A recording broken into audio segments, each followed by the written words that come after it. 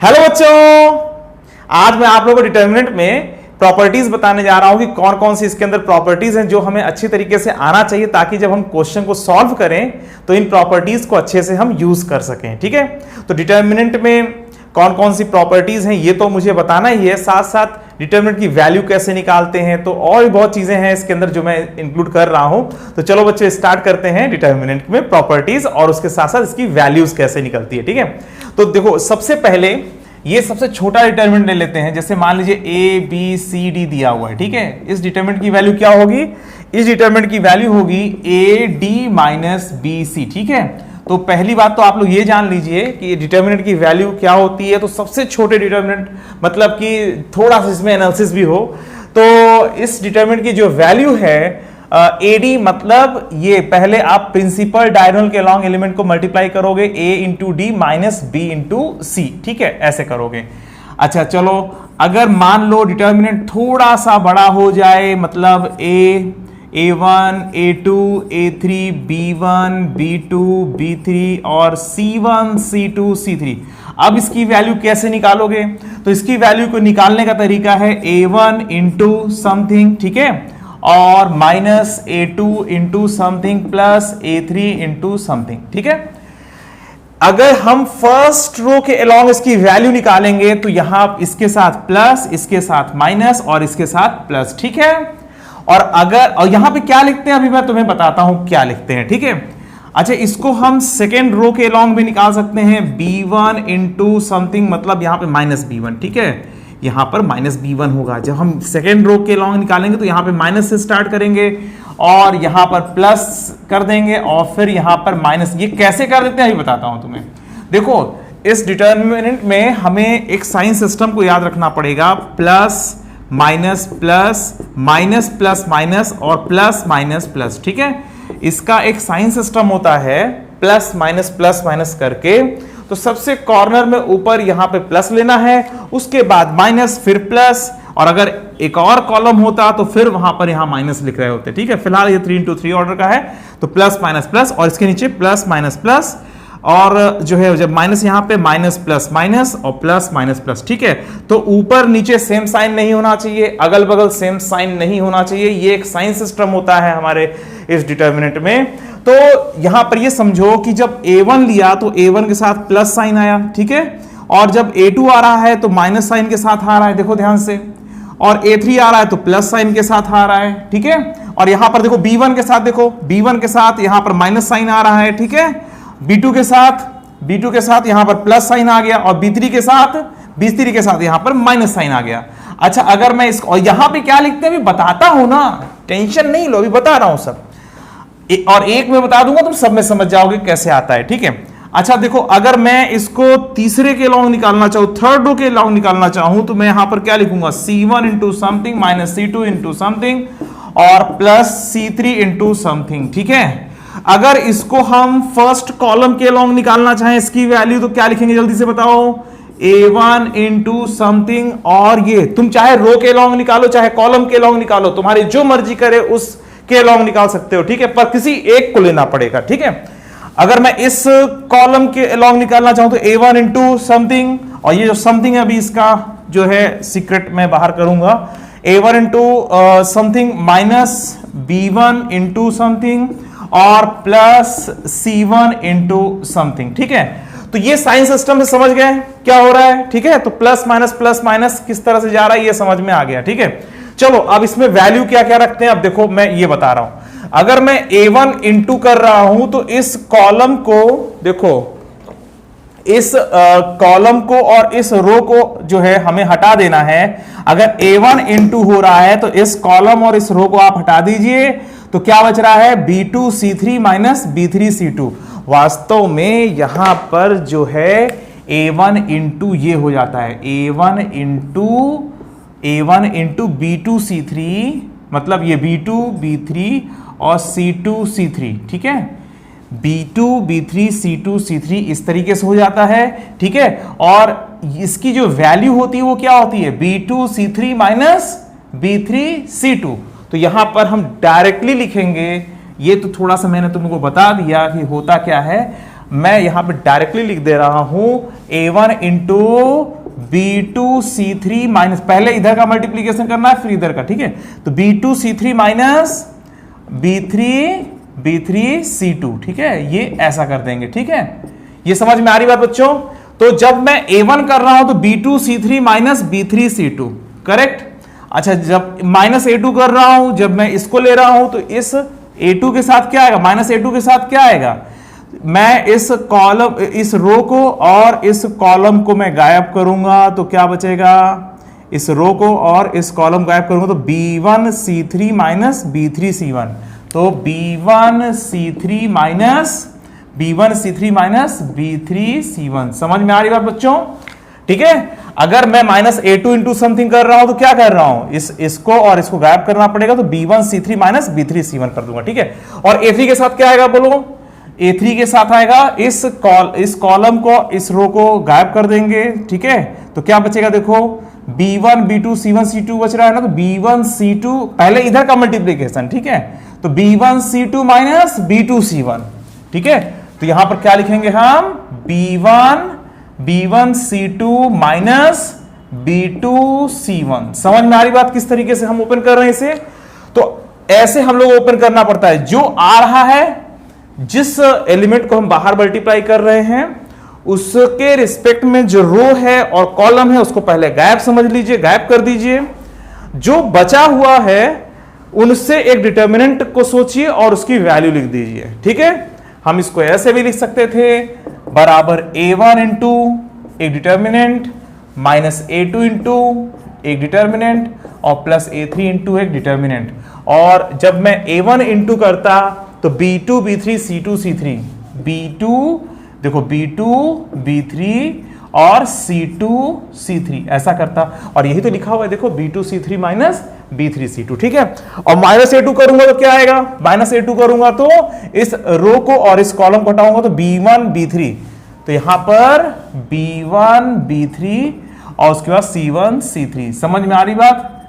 ठीक है। जब मैं माइनस A2 मतलब A2 के रिस्पेक्ट में मैं ये कॉलम और ये रो गायब करूंगा तो B1 B3 C1 C3 बचेगा, और ये लिख दिया। और इसकी वैल्यू क्या होती है, B1 C3 minus B3 C1, तो B1 C3 minus B3 C1, ठीक है। देखो बच्चों को ना अक्सर जो है खाली ये पता रहता है, इसके बारे में कुछ नहीं पता रहता है, तो वो भी बड़ा रिस्क होता है। कभी कभी इस तरीके से आंसर आता है, कभी कभी यहां से आंसर निकालना पड़ता है। तो आप लोग ये बात पता होनी चाहिए कि क्या ले रहे हो और अंदर क्या आने वाला है, ठीक है। और इतना करके नहीं, डायरेक्टली आप लिखने की हैबिट डालो, मगर ये जानते रहो कि ये सही है। अब A3 इंटू जब करना होगा तो इस कॉलम को और इस रो गायब कर दोगे तो B1 B2 C1 C2, तो यहां पे क्या आ जाएगा, B1 B2 C1 C2, ठीक है। समझ में आ रही बात? और इसकी वैल्यू कितनी है, B1 C2 minus B2 C1, देखो वही लिखा हुआ है, B1 C2 minus B2 C1, ठीक है। अच्छा चलो एक बात बताओ कि जो है अगर मैं इस तरह से ले रहा हूं, फर्स्ट कॉलम के अलोंग इसकी वैल्यू निकालने की कोशिश कर रहा हूं, तो यहां बताओ क्या आएगा, ठीक है। तो A1 के साथ क्या आएगा, देखो A1 के साथ ये कॉलम और ये रो गायब कर लो तो क्या बच रहा है, B1 B2 अरे B2 B3 C2 C3, तो इसकी वैल्यू अब डिटर्मिनेंट में रख करके तब ये करो, तो B2 C3 minus B3 C2, ठीक है, B3 C2। समझ में आ रही बात? B2 C3 minus B3 C2, clear. अच्छा माइनस B2 के साथ क्या आएगा, माइनस B2 के साथ तो इस रो को और इस कॉलम गायब कर लो, ठीक है, ऐसे।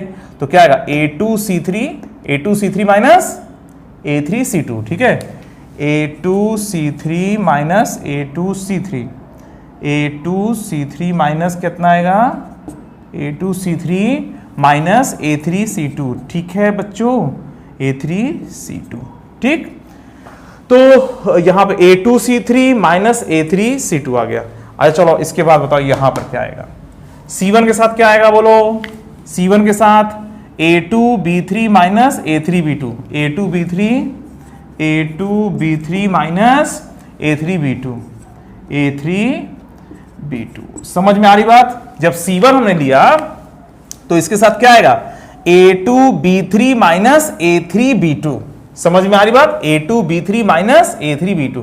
तो हम किसी भी रो के अलोंग या किसी भी कॉलम के अलोंग वैल्यूज को निकाल सकते हैं। और इनमें सबसे ज्यादा जो फेमस है वो ये पहला वाला है और ये लास्ट वाला है, और पहला वाला कुछ ज्यादा ही फेमस है। अगर कुछ नहीं कहा जा रहा है, आराम से वैल्यूज आ जा रही हैं, तो ये जो पहले वाले रो के अलोंग निकाल रहे हैं वैल्यू, तो उस तरह से निकाल लीजिएगा, ठीक है। यही वाला तरीका यूज करिएगा अगर कोई और दिक्कत नहीं आ रही है तो। अदरवाइज तुम किसी भी रो और किसी भी कॉलम के अलोंग निकाल सकते हो। अब जैसे यहां पर है, अगर तुम इस सेकेंड रो के अलोंग अगर निकाल रहे होते तो तुम सिर्फ ये बता दो, चलो पहले वाले में क्या आएगा, सिर्फ पहले वाले में तो -b1 इंटू, अब चलो ये वाला एलिमेंट आ गया ना, तो अब साइन सिस्टम से ये कैसे आएगा, माइनस लेके आएगा। तो ये जो है आप रो गायब कर लीजिए और ये कॉलम गायब कर लीजिए। कितना आएगा,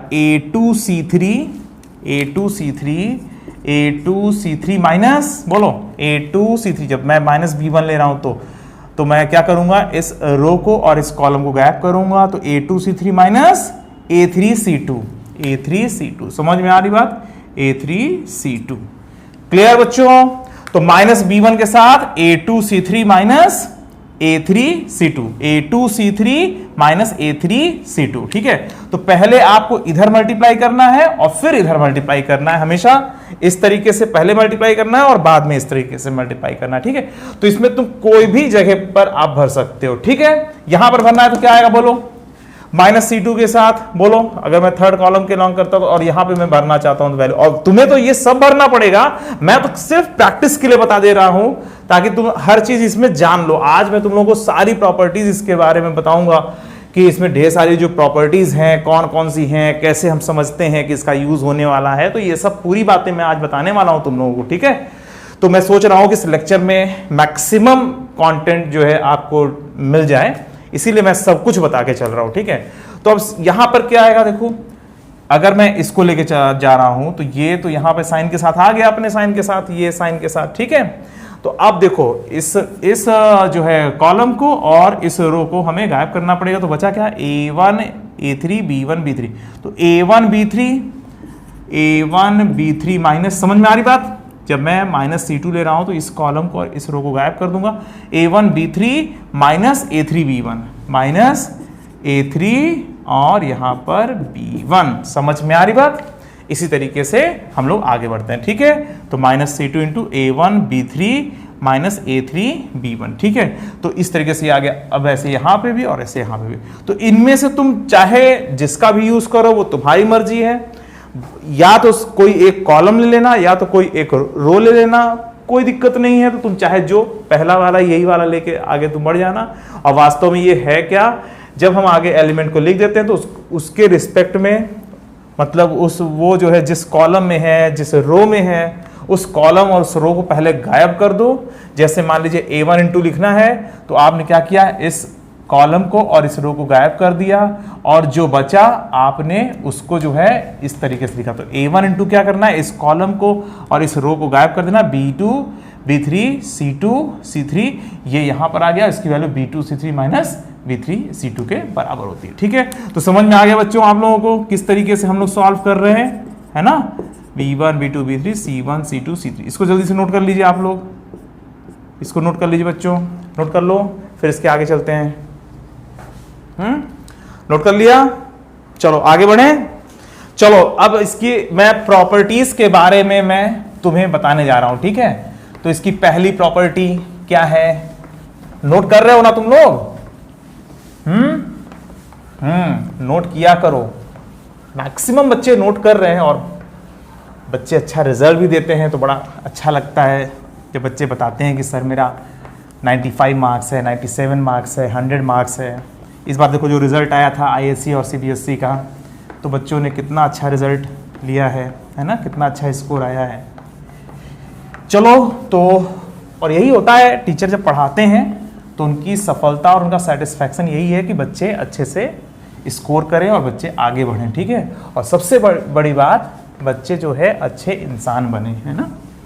बच्चे तो अच्छे इंसान होते ही हैं, बड़े होकर के अच्छे इंसान बने रहें, ये इंपॉर्टेंट होता है, ठीक है। ये तो आजकल देख रहे हो क्या हो रहा है, बच्चे सोचते हैं कि ये चीज़ पा जाएंगे तो सफल हो जाएंगे, और वो चीज़ पा करके जो सफल हो चुके, तुम्हारे अनुसार जो सफल हो चुके हैं, तुम्हें लगता है ये मिल जाएगा तो हम सफल हो जाएंगे, और जिन्होंने वो पा लिया है वो रो रहे हैं। तो सफलता के साथ साथ आपके अंदर का जो संस्कार है वो भी इतना अच्छा होना चाहिए कि आप उस सफलता को पचा सको। आगे बढ़ो तो अपने अंदर की मजबूती को बनाते हुए आगे बढ़ो। अगर आप किसी पहाड़ पर चढ़ते चले जा रहे हो तो आपके अंदर बहुत गजब की प्रैक्टिस होनी चाहिए ताकि गिर ना जाओ। स्लिप कर जाओगे तो बहुत तेज चोट लगेगी।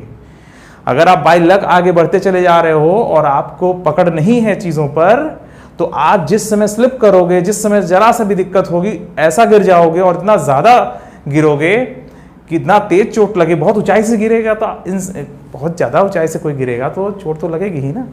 तो आप जब आगे बढ़ रहे हो तो अपने अंदर की मजबूती को बनाते हुए आगे चलो, ठीक है?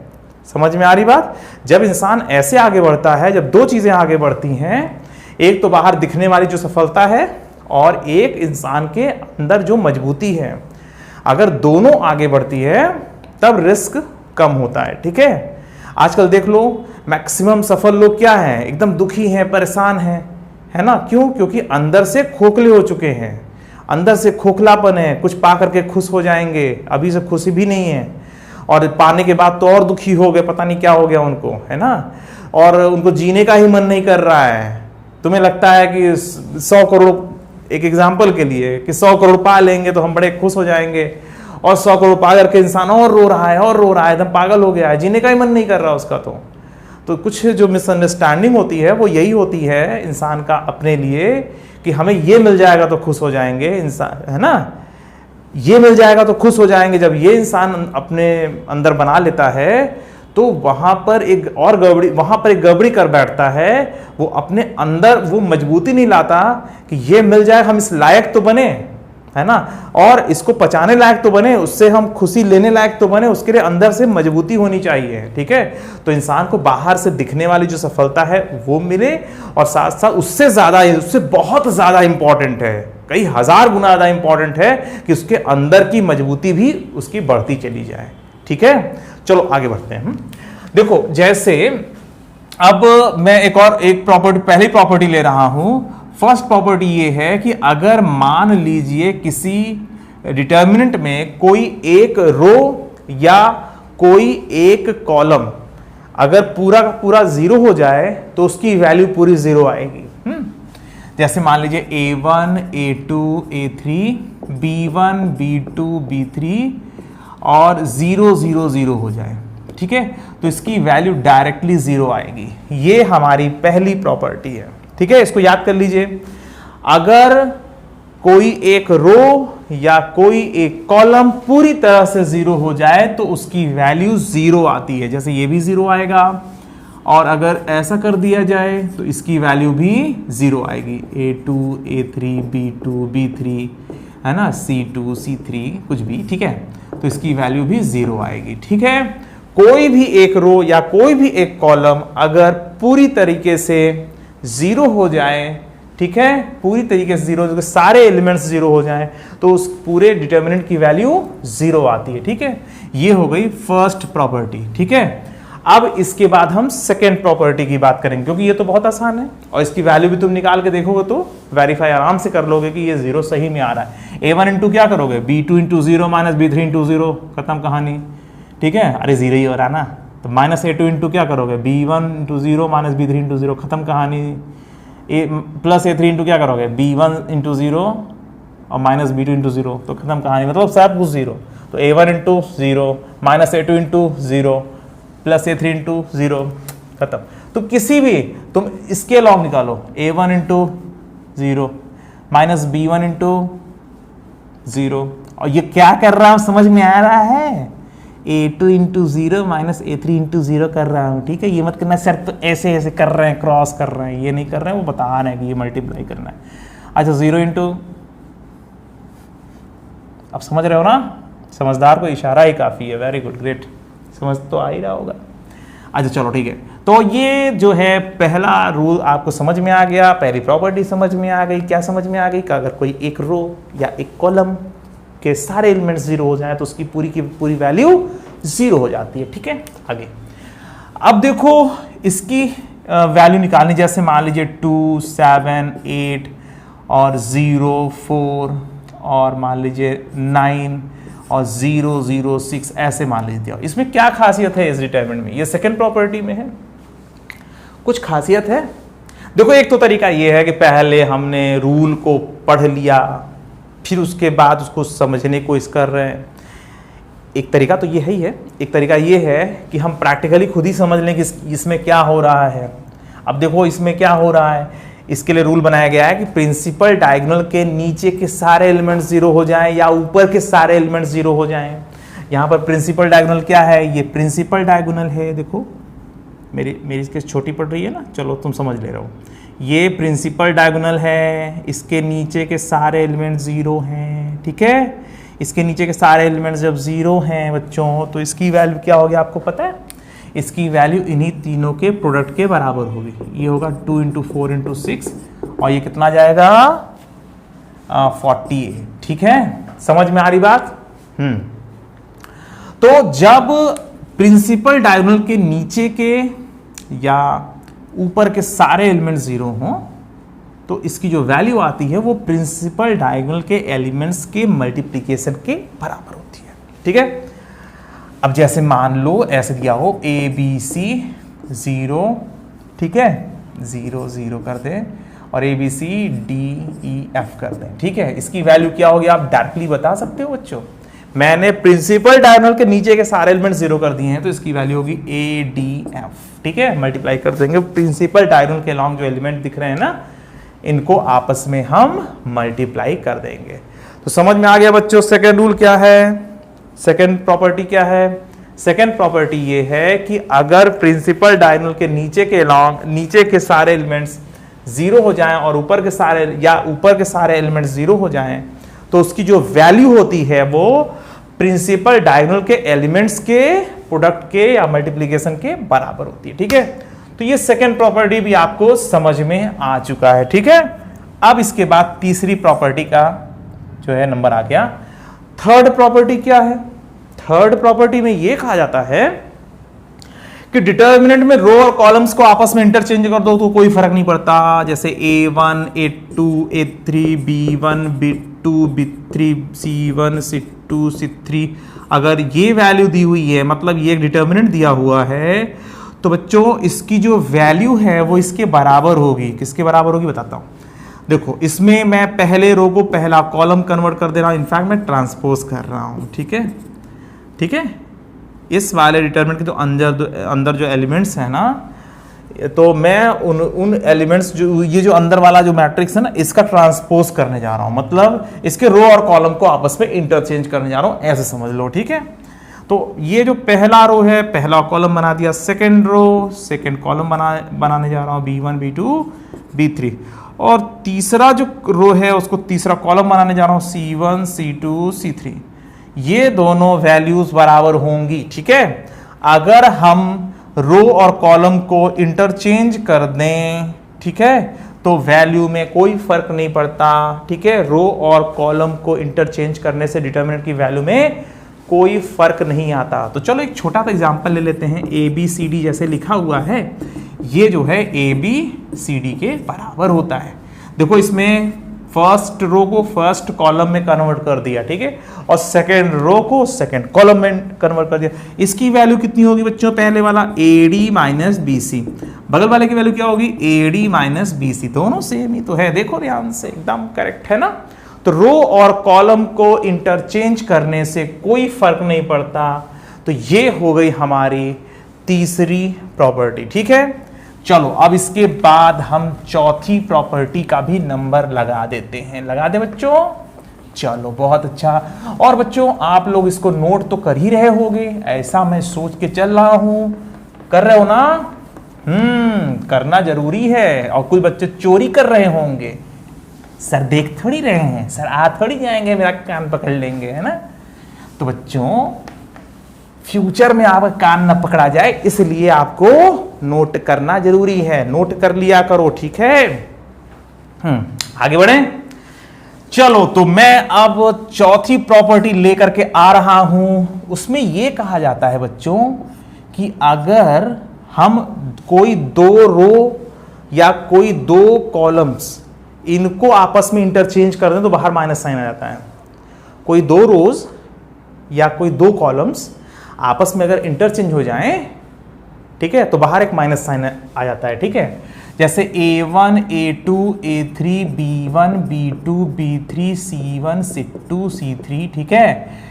अगर मैं इसमें किसी दो रो को आपस में पलट दूं, चलो मैं पहले और दूसरे रो को आपस में इंटरचेंज कर रहा हूं, तो B1, B2, B3, A1, A2, A3, C1, C2, C3, तो बाहर एक माइनस साइन लगा देंगे बस, ठीक है। अगर हम किसी दो रो या किसी दो कॉलम को आपस में इंटरचेंज कर दें तो एक माइनस साइन आ जाता है। यह है हमारी चौथी प्रॉपर्टी। समझ में आ रही बात? और अगर मैं फिर से इसमें चेंज करूं, किसको चेंज करूं बताओ? अब मैं सेकंड और थर्ड वाली रो को मैं आपस में चेंज करने वाला हूं, ठीक है। तो चलो B1, B2, B3 और मैं C1, C2, C3 और A1, A2, A3 करने वाला हूं, ठीक है।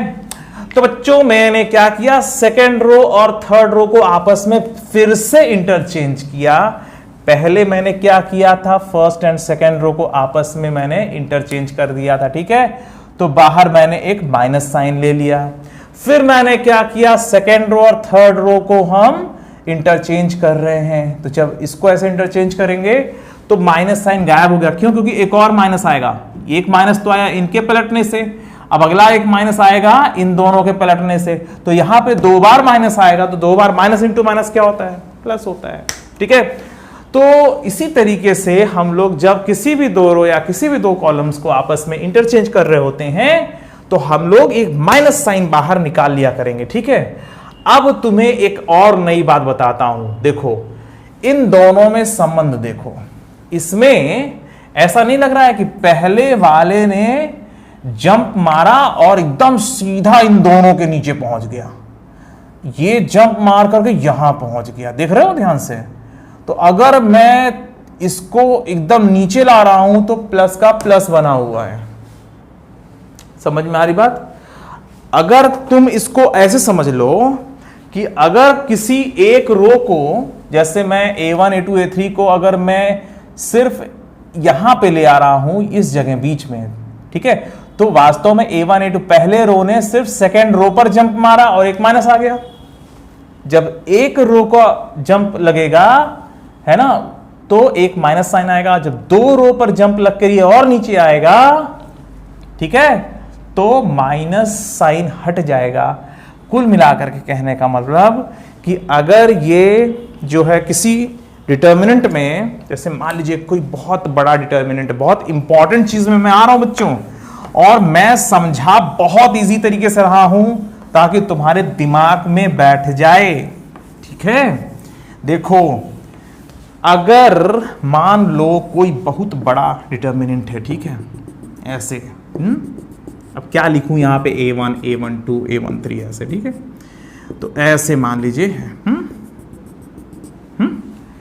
अगर ये जो पहला वाला जो रो है ना, ये इन दोनों के बीच में आ जाए, ये इन दोनों मतलब इन दोनों को आपस में इंटरचेंज कर दे, तो जाहिर सी बात है कहा जाएगा ना ये इसके बीच में आ जाएगा, ठीक है।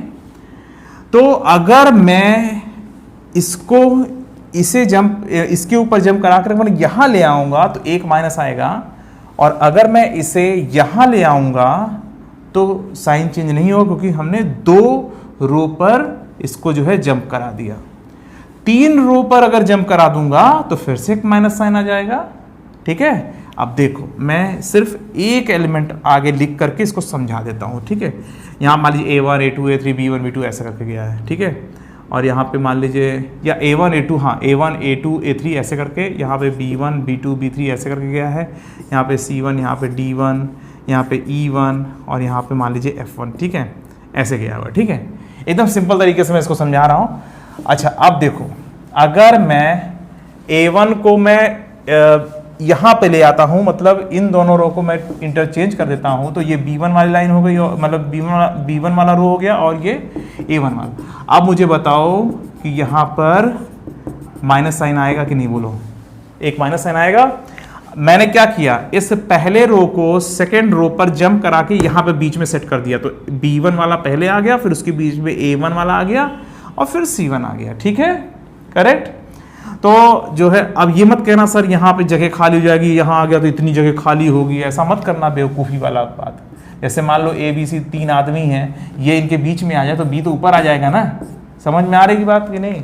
3 लोग रो में खड़े हुए हैं, हाँ, तो जो मान लीजिए 3 लोग ऐसे हैं ABC, ठीक है, और ये वाला यहां आ जाता है, तो जाहिर सी बात है B को आगे कर देंगे ना, ठीक है। यहां पर एक दूसरे के रिस्पेक्ट में कहा जा रहा है, ठीक है।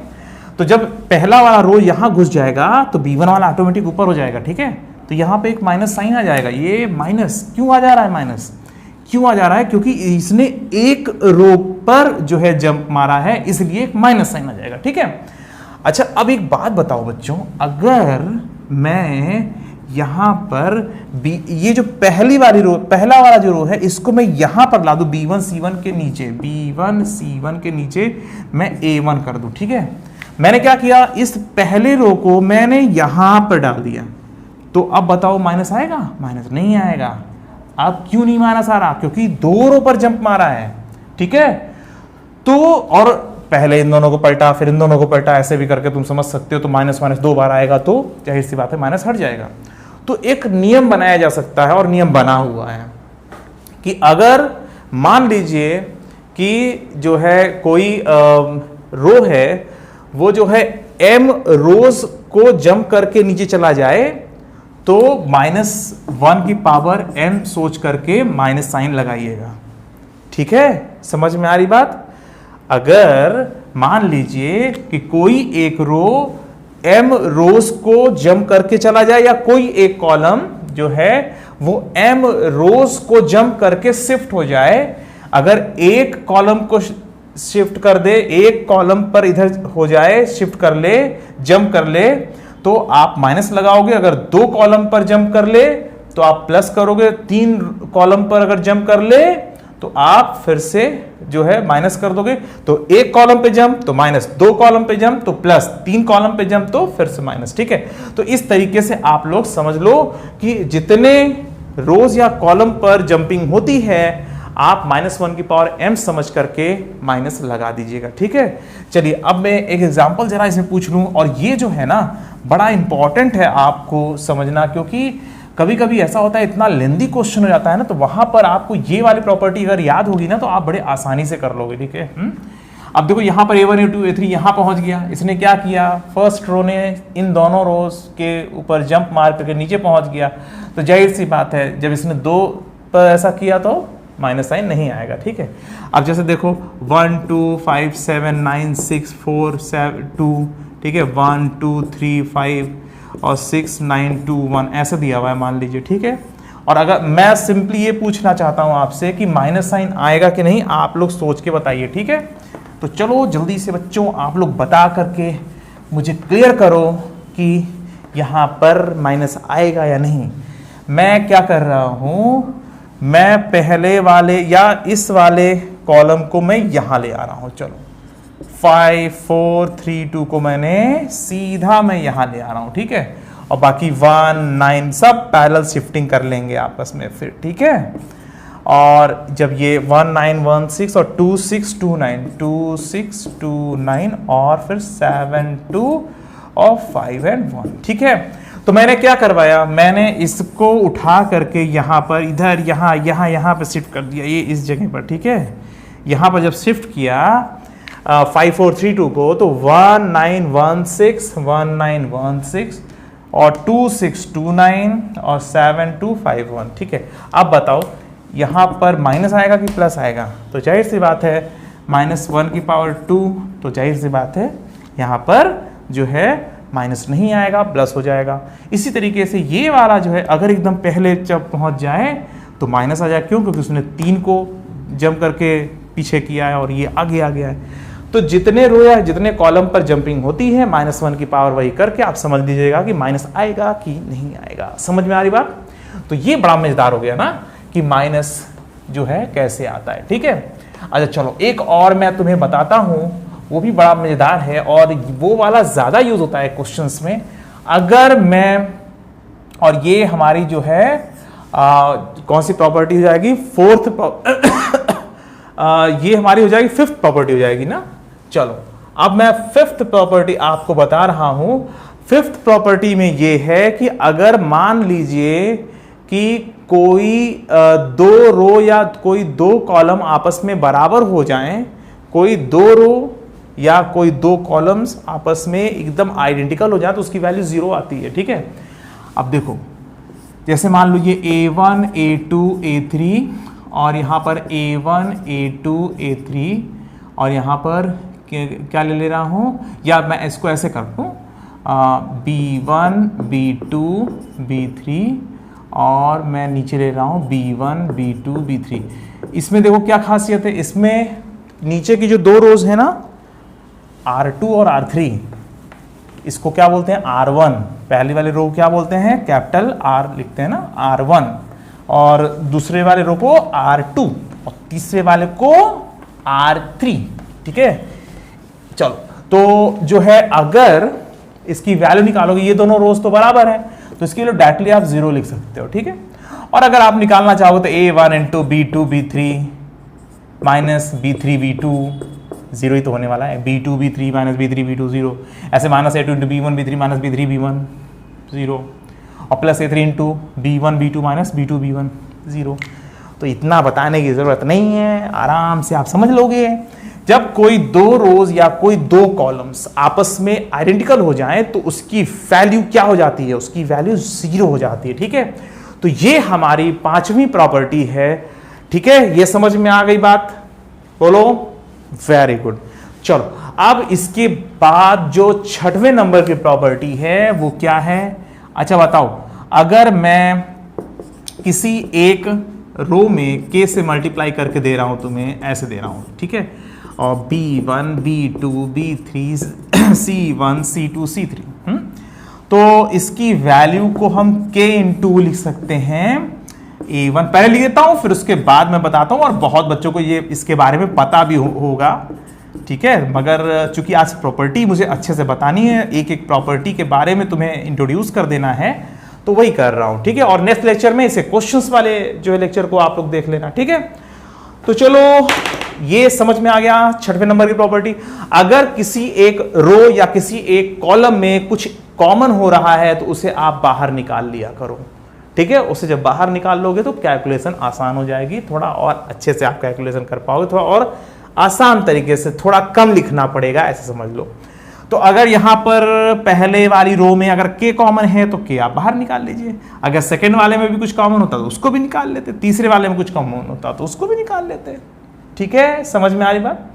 देखो जैसे अब मान लो 1 2 3 4 7 6 और 2 1 5 ऐसे लिखा हुआ है, और मुझे यहां पर 10 20 और 30 करना है, तो मैं बाहर 1/10 कर दूंगा और यहां पे 10 20 30 कर दूंगा, और बाकी 4 7 6 2 1 5। देखो इस वाले प्रॉपर्टी का ही यूज हो रहा है। देखो मुझे यहां पे 10 20 30 करना था, किसी वजह से कोई कारण था, बस मुझे ऐसा करना था, तो मैंने क्या किया, 10/10 लिखा। पहले मैंने लिखा 10/10 और जो ऊपर वाला 10 था उसको अंदर डाल दिया, अपनी मर्जी अनुसार हमने जिस रो में चाहा उस रो में डाल दिया। ठीक है, तो मैंने यहां पर इस रो में डाल दिया। ठीक है, मैं चाहता हूं पहले वाले कॉलम में डाल सकता था, मैं इसको ऐसे भी लिख सकता हूं, दिस इक्वल टू 1/10, यहां पर 10 40 और 20। मैं पहले वाले कॉलम में 10 40 और 20 10 से मल्टीप्लाई करना चाहता हूं, तो बाहर 1/10 करके अंदर 10 से मल्टीप्लाई कर दिया पहले वाले कॉलम में, और बाकी 2 7 1 और 3 6 5। ठीक है, देखो डिटर्मिनेंट में जो भी रूल रो के लिए लगता है वही रूल कॉलम के लिए भी लगता है, क्योंकि रो और कॉलम को आपस में इंटरचेंज करने से कोई फर्क नहीं पड़ता है। ये वाली प्रॉपर्टी मैंने स्टार्टिंग में बता रखी है। तो डिटर्मिनेंट में वैल्यू वही आती है, रो और कॉलम को बदलने से वैल्यू वही आती है, कोई फर्क नहीं पड़ता। जब कोई फर्क नहीं पड़ता, रो और कॉलम को बदल देने से वैल्यू वही आ रही है। तो जो रूल रो पर लगता है वही रूल जो है कॉलम पर लगता है। तो रो पर रूल याद कर लिया तो कॉलम का भी आपने याद कर लिया, कॉलम का याद कर लिया तो रो का भी याद कर लिया। ठीक है, सेम। अब मैंने कहा कि कोई दो रो बराबर होगी तो उसकी वैल्यू 0 आएगी, तो जाहिर सी बात है कोई दो कॉलम भी बराबर होगा तो उसकी वैल्यू 0 आएगी। ठीक है, यहां देखो, यहां पर ये दोनों रो बराबर थे तो इसकी वैल्यू 0 आ रही थी। अब कोई दो कॉलम बराबर कर दो, कोई भी दो कॉलम बराबर कर दो, कोई भी दो रो बराबर कर दो, कोई भी दो कॉलम बराबर कर दो। अगर मैं रो के लिए कर रहा हूं, कोई भी दो रो बराबर होगी, कोई भी दो रो के बराबर होने पर वैल्यू 0 आती है। तो कॉलम में भी कोई भी दो कॉलम्स आपस में अगर बराबर होंगे तो उसकी वैल्यू 0 आएगी। ठीक है, तो ये हो गया। अब मैं अगर इसी में यहां पर 0 करना, यहां पे 0 बढ़ाना चाहूं 20, 70 और 10, तो मैं वो 1/10 वो भी लिख सकता हूं, पर पहले वाले पर फिर 0 नहीं बढ़ाऊंगा। तो इस तरीके से। ठीक है, तो आपने ये सारी प्रॉपर्टी समझ ली। तो 6 प्रॉपर्टीज हो चुकी हैं। अब हम लोग 7th नंबर की प्रॉपर्टीज को देखेंगे। ठीक है, इसमें एक डिटर्मिनेंट को दो भागों में तोड़ा जाता है। ठीक है, अब दो भागों में कैसे तोड़ा जाता है, देखो उसके लिए मैं एक एग्जांपल लिख रहा हूं और इसको देख करके आप लोग दिमाग में बैठाइए। तो अब जो है किस नंबर की प्रॉपर्टी आ रही है, आप लोगों की प्रॉपर्टी आ रही है ये 7th नंबर की। ठीक है, तो 7th नंबर की जो प्रॉपर्टी है वो ये कहती है कि अगर A1 प्लस D1 और A2 और यहाँ यहाँ पे B1 कर देता हूँ, B1 C1। ठीक है, और यहाँ पर A2 प्लस D2 और मान लीजिए B2 C2। ठीक है, A3 प्लस D3 और मान लीजिए B3 C3। इसकी वैल्यू, इसमें देखो, इसमें पहला वाला जो कॉलम देख रहे हो उसमें जो है सम के फॉर्म में लिखा हुआ है। ठीक है, तो इसमें जो हर जो एलिमेंट है वो दो अलग अलग एलिमेंट्स के सम के फॉर्म में लिखा हुआ है। ठीक है, तो ये सम के फॉर्म में है, बाकी V1 V2 V3 C1 C2 C3। तो आप इसको दो भागों में तोड़ सकते हो। कैसे तोड़ सकते हो दो भागों में, एनी गेस? देखो, B1 C1 और B2 C2 और B3 C3 पर तो छेड़छाड़ मत करना।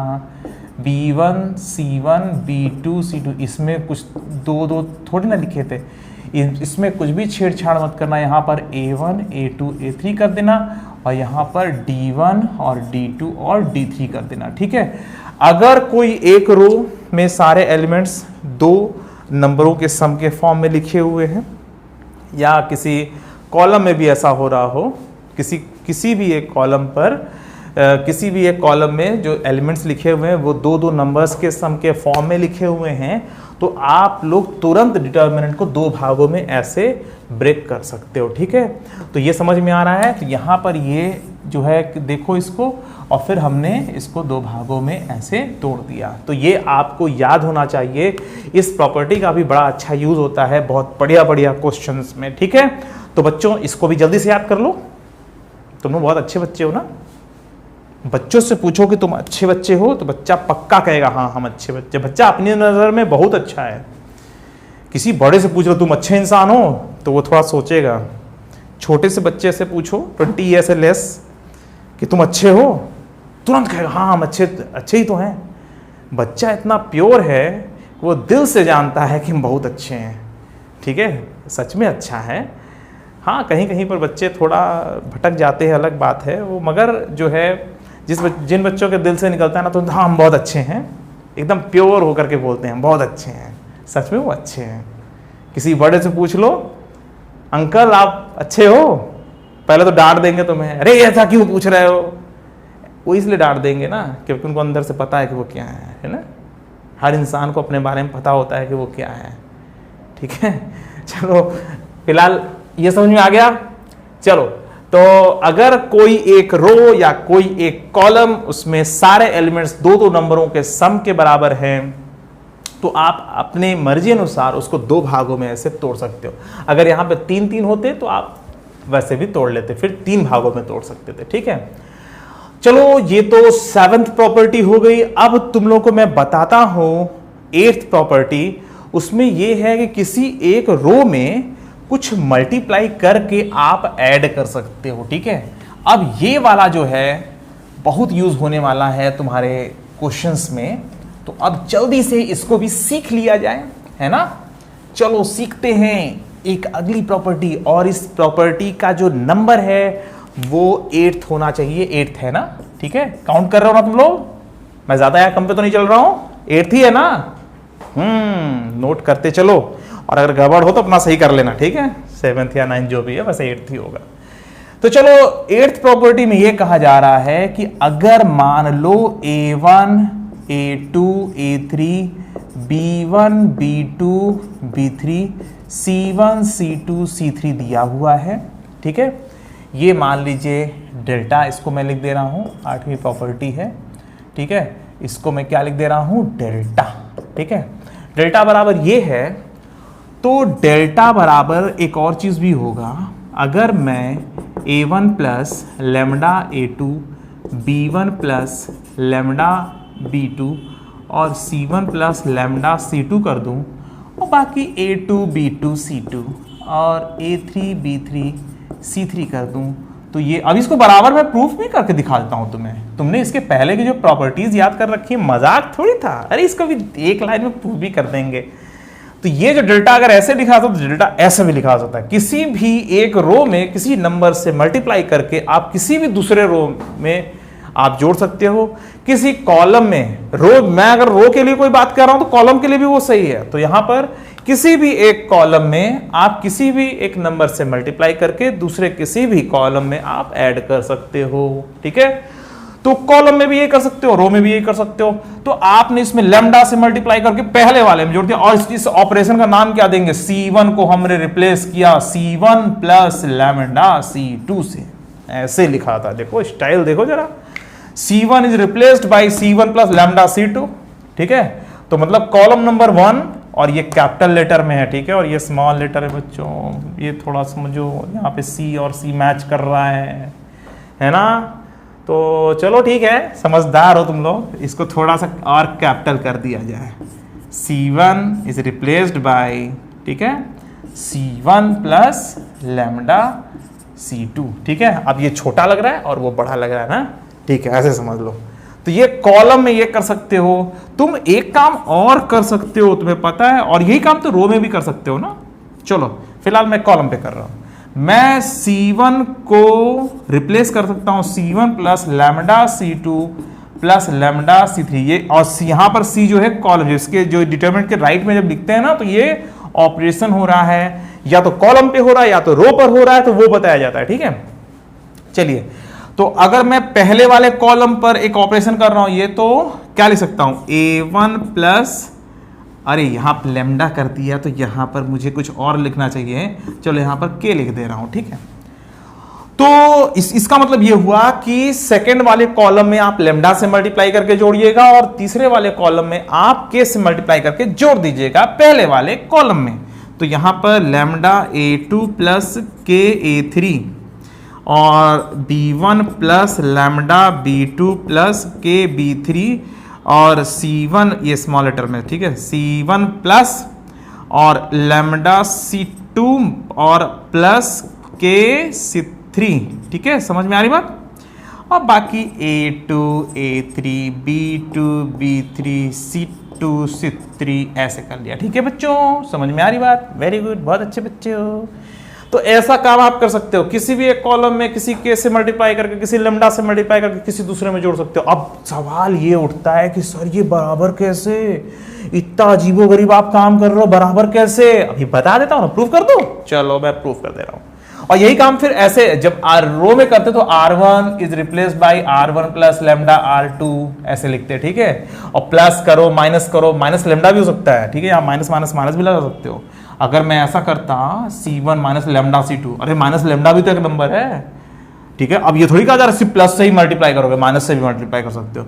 अगर ये ऑपरेशन करना होता तो क्या आता है यहाँ पे, जरा बताओ जल्दी से, बोलो बोलो बोलो बोलो बोलो, चलो लगे हाथ ये भी समझ लो, तब ये आता, ठीक है। अगर मैं ये ऑपरेशन करता तो ये आता, समझ में आ रही बात। मैं क्या कर रहा हूँ, कॉलम नंबर 1 को रिप्लेस कर रहा हूँ column number 1 minus lambda into column number 2 वाले एलिमेंट से। तो कॉलम नंबर 2 वाले एलिमेंट में मैं लैम्डा से मल्टीप्लाई करके माइनस कर रहा हूं, तो यही तो आएगा। तो फिलहाल प्लस वाला है, ऐसे लिखा था, तो अब समझ लो, ठीक है। तो प्लस करो या माइनस करो, तुम्हारी मर्जी, यहाँ पे प्लस, यहाँ माइनस, अगर यहाँ माइनस करोगे तो यहाँ माइनस कर देना बस, ठीक है। समझ में आ रही बात बच्चों।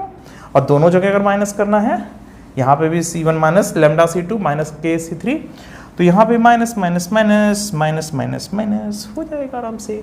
तो चलो बच्चों, अब तो इसको प्रूव कर देता हूं यार, तुम लोग भी क्या याद रखोगे, है ना। तुम लोग सोच रहे हो कि अरे सर आप तो बताते तो चले जा रहे हो, कोई प्रूफ है इसका? हाँ, सबूत दीजिए, सबूत, है ना। हर इंसान सबूत मांगता है। कोई बात कही जा रही है, बेटा ऐसा है, वैसा है, वैसा है, ऐसा है, तो मन क्या होता है, ऊपर से तो बोलते हैं मगर अंदर से दिल कहता है सबूत है, सबूत दीजिए, नहीं तो हम तो गलती करेंगे।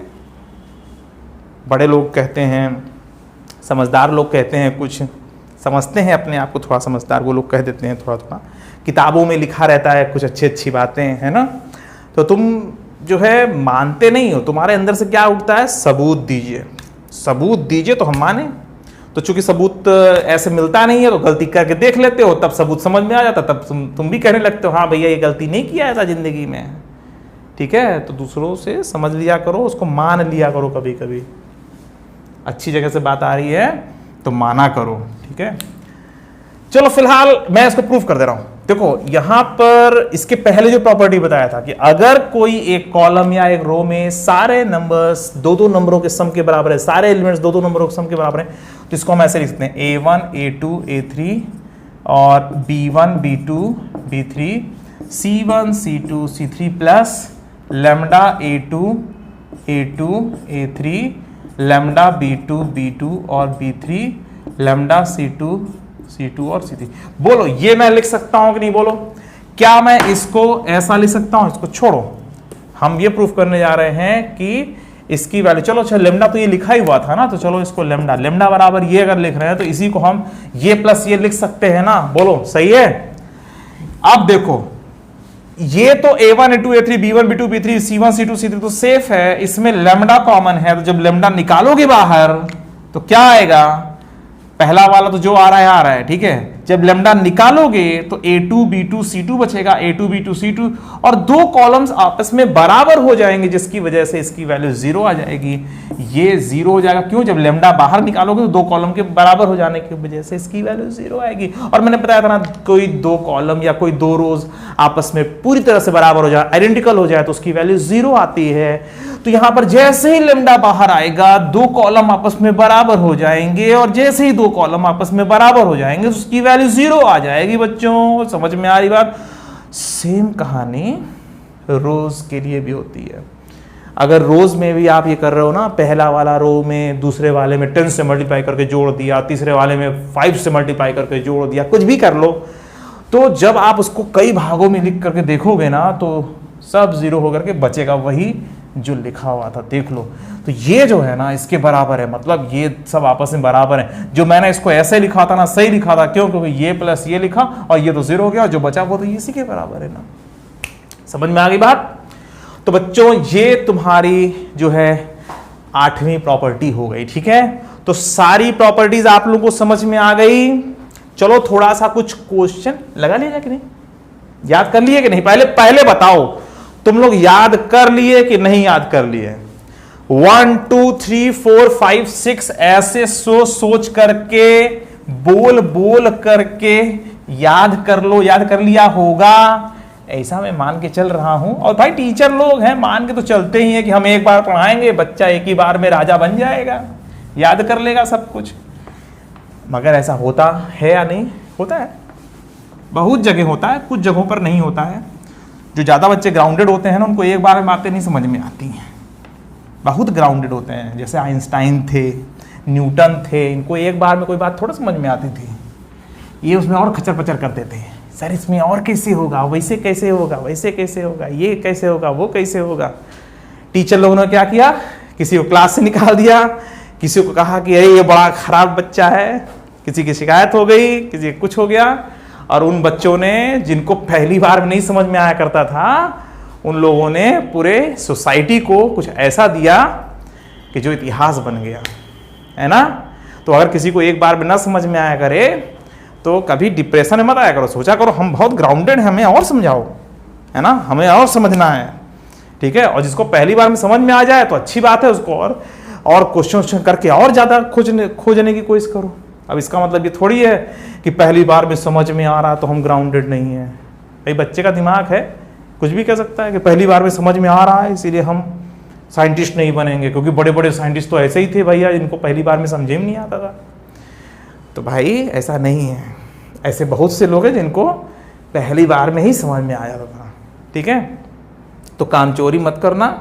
ठीक है, अगर तुम हर तरफ से पॉजिटिविटी देखा करो, ऐसा है तो भी तुम पॉजिटिव हो, ऐसा है तो भी पॉजिटिव हो। क्यों? क्योंकि ऐसा काम करके बहुत आगे बढ़े हुए लोगों का बड़ा एग्जाम्पल है। ठीक है, बहुत इतने ढेर सारे एग्जाम्पल्स हैं कि इधर से भी आगे बढ़ गए, इधर से भी आगे बढ़ गए। ठीक है, बहुत तेज थे, बहुत ब्रिलियंट थे, तब भी आगे बढ़ गए, और ब्रिलियंट नहीं थे तब भी आगे बढ़ गए। समझ में आ रही बात? चलो अब आगे चलते हैं, कुछ एक आध दो क्वेश्चन लगा लिए जाए ताकि तुम्हें थोड़ा सा अंदर से अच्छा लगे, है ना, फील गुड हो जाए कि अरे वाह, हमने जो प्रॉपर्टी पढ़ा है देखो इसका ये फायदा है। अरे चलो पहला क्वेश्चन मैं ले रहा हूं, जैसे 1 1 1 ABC और A square B square C square, इसको प्रूफ करना है A minus B, B minus C, C minus A। ठीक है बच्चों, ये आपको प्रूफ करना है। ठीक है, अब ये कैसे प्रूफ करोगे, जल्दी से सोचो। देखो अब कैसे करना है, तो सबसे पहले LHS बराबर 1 1 1 ABC, और ये प्रॉपर्टी से प्रूफ करना। अब ये नहीं कि तुम पता चला कि इसको खोल दिए, इसको खोल दिए और इससे बहुत बड़ा टर्म कुछ एक्सप्रेशन आया, इसको खोल दिए बहुत बड़ा एक्सप्रेशन आया। चूंकि ये दोनों आपस में बराबर हैं इसलिए ये दोनों आपस में, ऐसा नहीं करना है। Using property only you have to prove that this बराबर। ठीक है, सिर्फ प्रॉपर्टीज का ही यूज करना है और कुछ नहीं करना है कि आप खोल खोल के कर दो। ठीक है, तो चलो फिलहाल LHS को ये लिखा। ठीक है, फिर इसके बाद क्या करेंगे, इसके बाद हम लिखेंगे यहां पर देखो ये जो 1 1 दिख रहा है ना, देखो प्रॉपर्टीज का जो बेसिक एम है, क्या एम है, तुम कभी सोचो इसको। प्रॉपर्टीज का एम ये है कि किसी एक रो या किसी एक कॉलम में मैक्सिमम 0 आ जाए, किसी एक रो या किसी एक कॉलम में मैक्सिमम 0 आ जाए, या कोई दो रोज बराबर कर दिए जाएं, या कोई दो कॉलम्स बराबर कर दिए जाएं, है ना। तो इस तरह का कुछ एम रहता है ताकि आप आसानी से उसको तुरंत सॉल्व करके तुरंत आंसर लिख सको। ठीक है, तो देखो यहां पर जब 1 1 1 तीन जगह दिख रहा है तो आप इसमें से इसको घटा दो, इसमें से इसको घटा दो, पक्की बात है 0 0 आ जाएगा। तो 0 0 बहुत अच्छा फीलिंग देता है, इसके अंदर एकदम बढ़िया लगता है। एग्जामिनर जब देखते हैं ना किसी एक रो में कोई दो को तुमने 0 बना लिया है, किसी एक कॉलम में किसी दो एलिमेंट को 0 बना लिया है, तो बड़े खुश हो जाते हैं। तीनों को 0 बना लिया, अच्छी बात है, बना लो, तब तो टीचर तो उछल ही पड़ेंगे। फिलहाल मैक्सिमम केसेस में 2 0, अगर 3 into 3 ऑर्डर का डिटर्मिनेंट है तो किसी एक रो में कोई 2 0 बन जाते हैं मैक्सिमम केसेस में, और कोई दो कॉलम मतलब कोई दो एलिमेंट जो है, ऐसे कॉलम में यही करोगे तो कोई दो एलिमेंट कॉलम में 0 हो जाएंगे, या रो में करोगे तो कोई दो एलिमेंट्स रो में 0 हो जाएंगे। ठीक है, तीनों के तीनों 0 हो जाए ऐसा थोड़ा कम होता है। ठीक है, फिलहाल अब देखो इसमें मैं क्या करने जा रहा हूं, मैं इसमें करने जा रहा हूं C1 को मैं रिप्लेस करूंगा C1 माइनस C2 से। इसका क्या मतलब है, इसका मतलब ये है कि मैं कॉलम नंबर 1 को रिप्लेस कर रहा हूं column number 1 minus column number 2। समझ में आ रही बात? बहुत बढ़िया, कितने अच्छे बच्चे हो तुम लोग यार, दिल खुश कर देते हो। देखो मैंने अभी जो पिछला ये अभी जो CBSE 12 का एग्जाम हुआ, ISC 12 का एग्जाम हुआ, बोर्ड का एग्जाम जो था, तो अभी तक मैंने मतलब 90% सिलेबस किया था। उसमें कुछ थोड़ी चीज़ें बची हुई थी, है ना। Inverse trigonometric function, matrix, determinant पूरा नहीं हुआ था, है ना। तो मगर जो और ये जो है फंक्शन में कुछ था, हाँ, तो मगर और 90% तो हो ही चुका था। तो जो बच्चों का जो रिज़ल्ट आया है, मैंने जो देखा, जो बच्चों ने मैसेज किया है, इतना अच्छा फील करा रहा था, इतना अच्छा फील करा रहा है और इतना मुझे काम करने के लिए मोटिवेट कर रहा है कि जब मैंने 90% किया था और बच्चों ने इतना बढ़िया रिजल्ट दिया है, अगर इसका 100% कर लिया जाए और हर चैप्टर में ढेर सारे क्वेश्चन दे दिए जाए, खूब कराए जाए क्वेश्चंस, तो आप लोग तो रिकॉर्ड तोड़ के रख दोगे। इसी बार रिकॉर्ड तोड़ दिया तुम लोगों ने, है ना। जिस दिन रिजल्ट निकला था CBSE 12 का, उस दिन मैंने कम्युनिटी में मैंने बच्चों को बताया था कि रिज़ल्ट आ गया है, तो और बच्चों ने उसमें मैसेज किया है, आप लोग देख सकते हैं उसमें। ठीक है, तो किसी के 100 मार्क्स हैं, किसी के 95 हैं, किसी के 99 हैं, किसी के 97 हैं। तो बड़ा अच्छा लगा। और आप लोग रिस्पांस बहुत तगड़ा देते हो। आप लोगों को बस चीज़ों को अच्छे से दे दिया जाए, कंटेंट पूरा दे दिया जाए, और उसके बाद आप लोग पूरा रिजल्ट हमें देते हो, ठीक है। तो हमें फुल सेटिस्फाइड कर देते हो तुम लोग, और टीचर यही चाहते हैं, ठीक है। और जो ये शिक्षा है ना, ये शिक्षा को दान कहा गया है, ठीक है। बाकी अगर आप लोग कहीं मान लीजिए कोई कोर्सेस हैं और उसके लिए कुछ पे कर रहे हो तो ठीक है, थोड़ा बहुत पे कर दिया वो ठीक है। शिक्षा जो है कभी बिजनेस नहीं हो सकता, ठीक है। शिक्षा बिजनेस नहीं है। मगर आज देख के बड़ा दुख होता है बहुत जगहों पर कि जो है इतना अधिक फीस ले रहे हैं कि एक गरीब बच्चा तो सोच ही नहीं सकता, उसको तो लगेगा कि भाई हम इस लायक ही नहीं है तो भाई हम पढ़ें कैसे।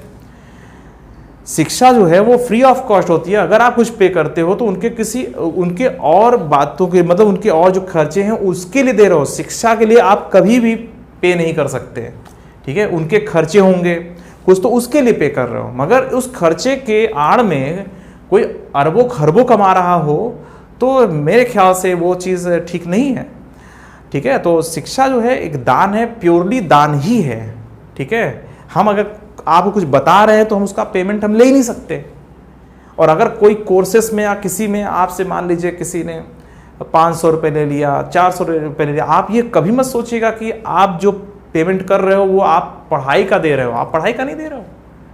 माता पिता अगर आपके लिए कुछ कर रहे हैं और आप बड़े हो गए और आप कमाने लगे तो आप ये थोड़ी कहोगे कि अरे आपने मेरे लिए 20 लाख खर्च किया, लीजिए अपना 20 लाख रुपए, है ना। तुम बड़े हो गए और क्या कोई बच्चा बड़ा हो गया और उसने अपने पिताजी को 50 लाख वापस कर दिया कि लीजिए आपका बस यही था, है ना।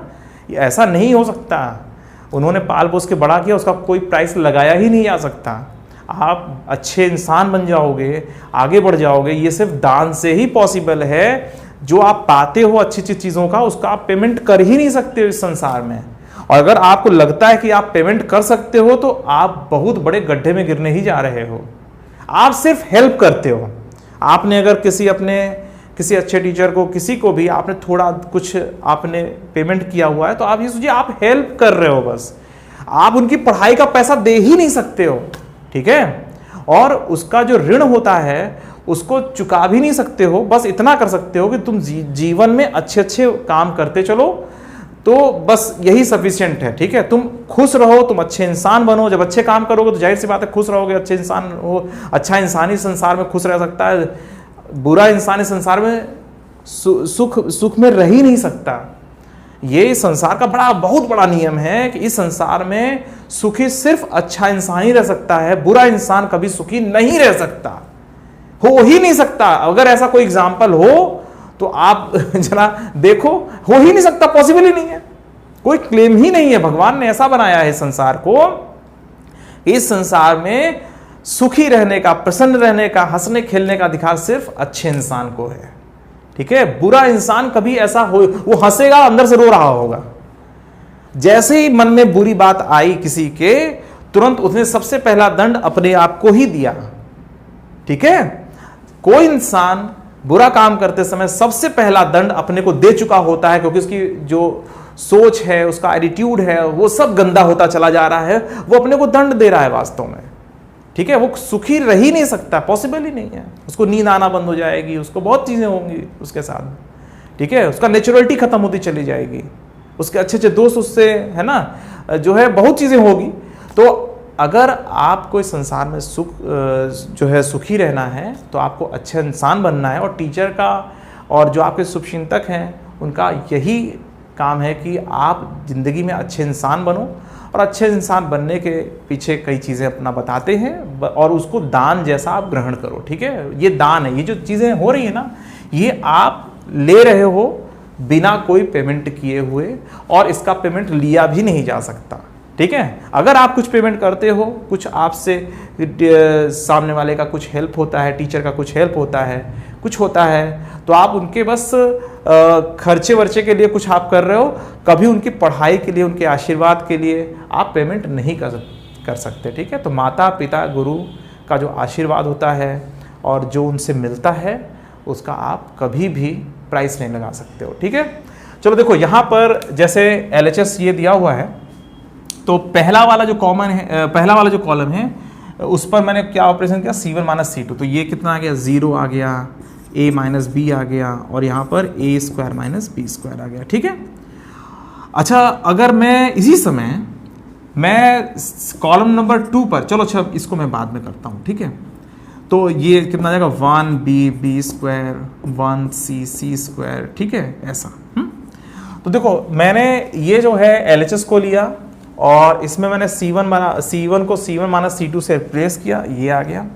अब मैं इसके बाद क्या करने जा रहा हूँ, इसके बाद मैं करने जा रहा हूँ 0 a माइनस बी और a square minus B square. मैं एक और ऑपरेशन करने जा रहा हूँ, C2 is replaced by C2 minus C3, ठीक है।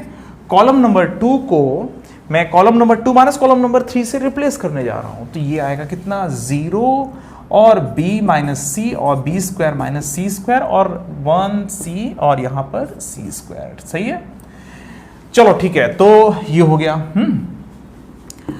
अब देखो यहां पर अगर मैं इस कॉलम में देखूं और इस कॉलम में देखूं, देखो मैंने जो ये काम 2 बार किया ना, ये एक ही समय पे कर सकते थे तुम, ये एक ही समय पर लिख सकते थे, C1 is replaced by C1 minus C2 and C2 is replaced by C2 minus C3।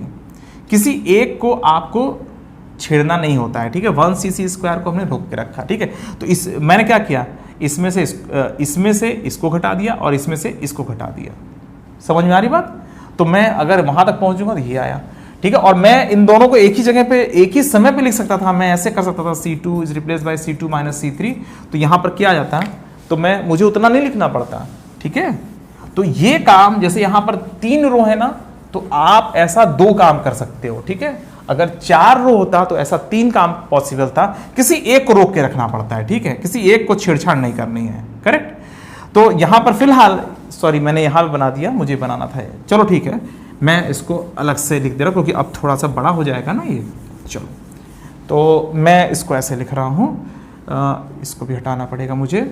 देखो मैं क्या करने जा रहा हूं, मैं करने ये जा रहा हूं कि C1 को मैं C1 माइनस C2 करूंगा और C2 को मैं करने वाला हूं C2 माइनस C3 को। अब ये काम मत कर देना क्योंकि C3 रुका हुआ है, C3 में कोई चेंजिंग नहीं आएगी, ठीक है। हम किसी 2 कॉलम में चेंजिंग कर सकते हैं इस तरीके से, ठीक है, या किसी 2 रो में कर सकते हैं, मगर एक ही समय पर तीनों में नहीं करते, ठीक है। अच्छा, यहाँ पे कितना आएगा, 0, यहाँ पे आएगा b माइनस सी और यहाँ पे आएगा b स्क्वायर माइनस सी स्क्वायर, करेक्ट। और यहाँ पे कितना आएगा, 1c और c स्क्वायर, ठीक है। चलो ये समझ में आ गया बच्चों। तो ये मैंने जो है एक ऑपरेशन किया, इसको थोड़ा सा मैं इधर ही लिख दूँ, ठीक है, थोड़ा ज़्यादा इधर हो गया। तो C1 उधर थोड़ा जगह मिल जाएगी ना क्योंकि अभी इसको लिखना है। तो C1 को मैंने किससे रिप्लेस किया, C1 माइनस C2 से, और C2 को मैंने रिप्लेस किया C2 माइनस C3 से, ठीक है। तो बच्चों अब इसके बाद ये करने के बाद, और ये करने का कारण क्या था, ये करने का कारण ये था कि हमें 0 मिल रहा है यहाँ पर और यहाँ पर, ठीक है। तो जितना अधिक 0 मिल जाए उतना ज़्यादा अच्छा होता है, ठीक है। ये कर दिया। अब इसके बाद हम क्या करेंगे बच्चों, अब देखो इसमें से इसको a माइनस बी और इसको a minus B a plus B लिखेंगे तो इन तीनों में a माइनस बी कॉमन है। देखो ध्यान से, इसमें a माइनस बी कॉमन है, इसमें b माइनस सी कॉमन है।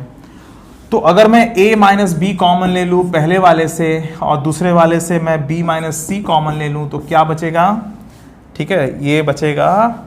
और जो है, और इसको मैं ऐसे भी लिख सकता हूँ और मैं इसको ऐसे भी लिख सकता हूँ, ठीक है। मैं यहाँ पर सारे काम करके दिखा दे रहा हूँ ताकि आपको कंफ्यूजन ना हो। ये मैं जानबूझ के कर रहा हूँ ये सब काम, कि यहाँ पे लिख करके फिर मैं यहाँ लिख दे रहा हूँ ताकि आपको पता रहे कि हम ऐसे भी लिख देते हैं और ऐसे भी लिखते हैं, दोनों सही हैं, ठीक है।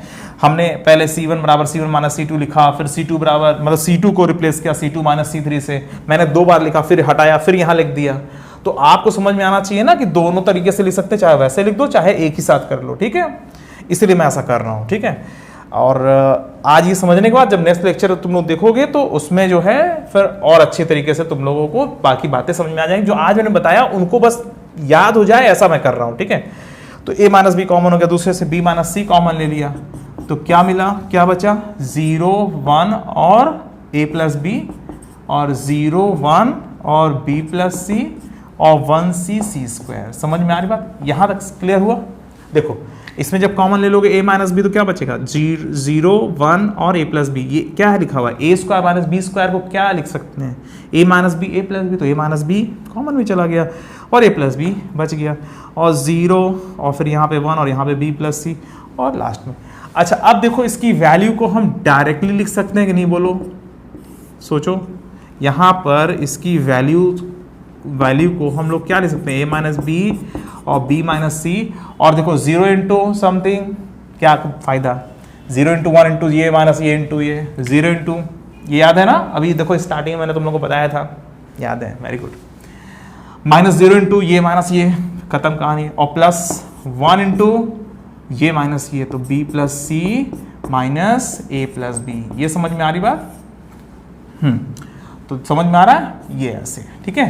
तो 1 इंटू, और इसके साथ प्लस साइन है, प्लस माइनस प्लस, तो 1 इंटू ये माइनस ये, ठीक है। और ये कितना बन गया, a माइनस बी और b माइनस सी, और इसमें से जब ये, तो ये b कट गया, जब घटाना है तो c माइनस a आ गया। समझ में आ रही बात? तो ये हमने प्रूव कर लिया कि इसकी जो वैल्यू है वो a minus B, b minus c और c माइनस a के बराबर होती है। समझ में आ रही बात?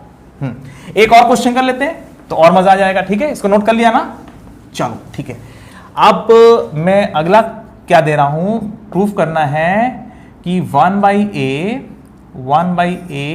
1 और बी सी, 1 बाई बी 1 और ए सी, ठीक है, और नीचे 1 बाई सी 1 और ए बी, इसकी वैल्यू को 0 प्रूफ करना है, ठीक है। ये आपको प्रूफ करना है, तो चलो जल्दी से इसको प्रूफ करके दिखाओ, सोचो।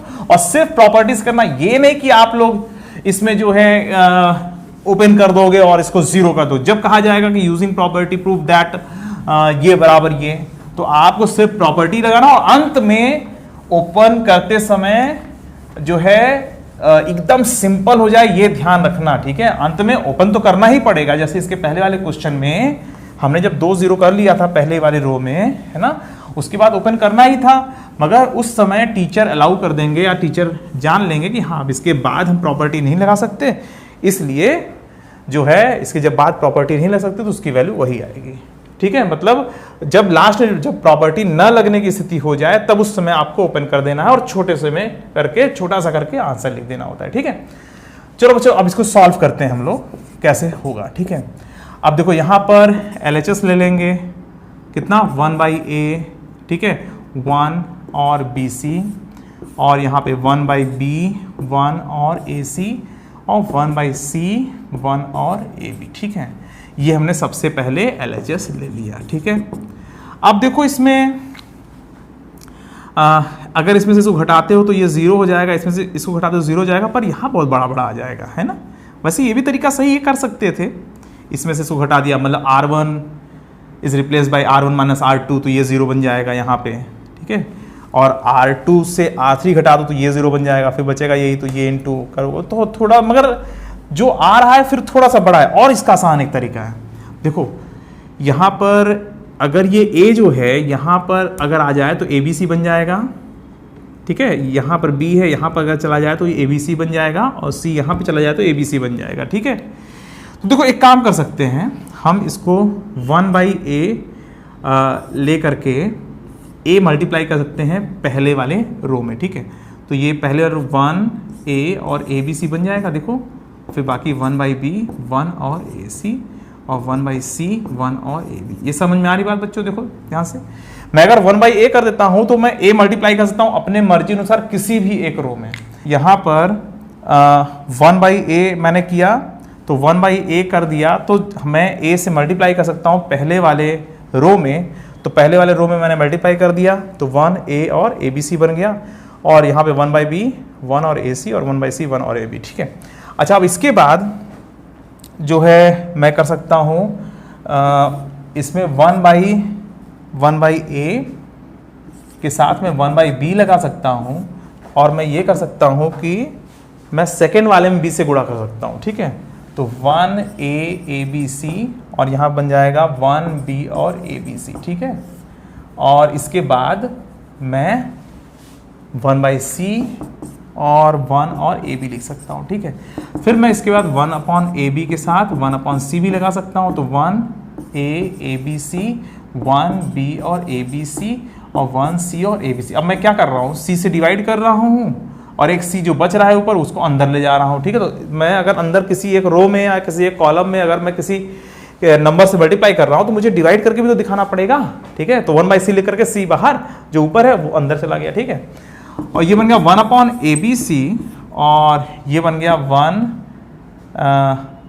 अच्छा हाँ देखो 1/abc और ये जो बन गया, इसके बाद हम कुछ कॉमन ले सकते हैं। देखो ध्यान से, इसमें अगर मैं लास्ट वाले कॉलम से अगर abc कॉमन ले लूं तो ये कितना जाएगा, abc/abc। मैंने क्या किया, लास्ट वाले कॉलम से मैंने abc कॉमन ले, तो 1 1 1 abc और यहाँ पे 1 1 1, ठीक है, ऐसा आ गया, ठीक है।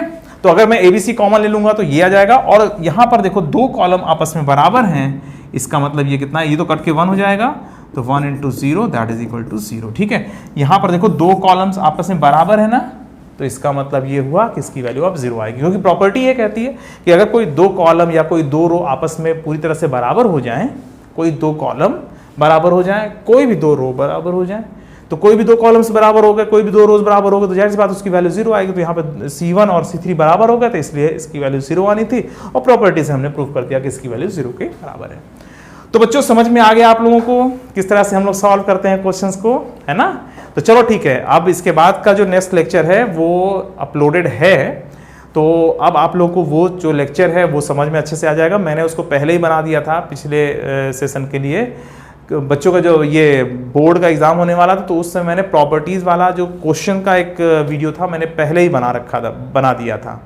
तो अब ये वाले लेक्चर के बाद जब वो वाला लेक्चर देखोगे तो पूरे अच्छी तरीके से एक एक बात तुम्हें क्लियर हो जाएगी, ठीक है। तो चलो अभी के लिए सिर्फ इतना ही, फिर मिलते हैं, बाय बाय।